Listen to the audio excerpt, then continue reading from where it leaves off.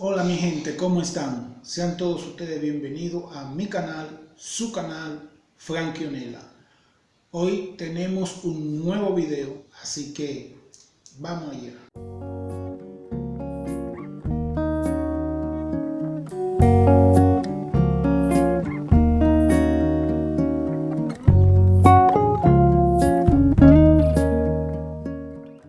Es posible cocinar y calentar tu hogar sin respirar una sola gota de humo. Hoy vamos a romper las reglas de la combustión tradicional. Te presento la estufa de leña 3 en 1, un diseño de ingeniería casera optimizado para el máximo ahorro de combustible y una eficiencia térmica total. Olvida las estufas convencionales. Aquí cada rama de madera se aprovecha al 100% mientras mantenemos el aire limpio.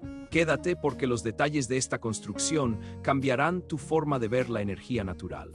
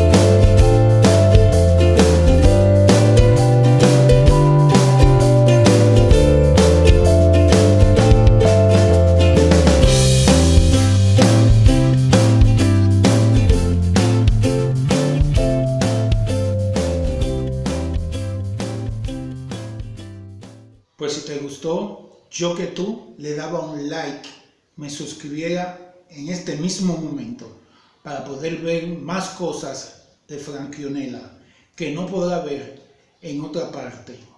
Te espero en otro video. Bye bye.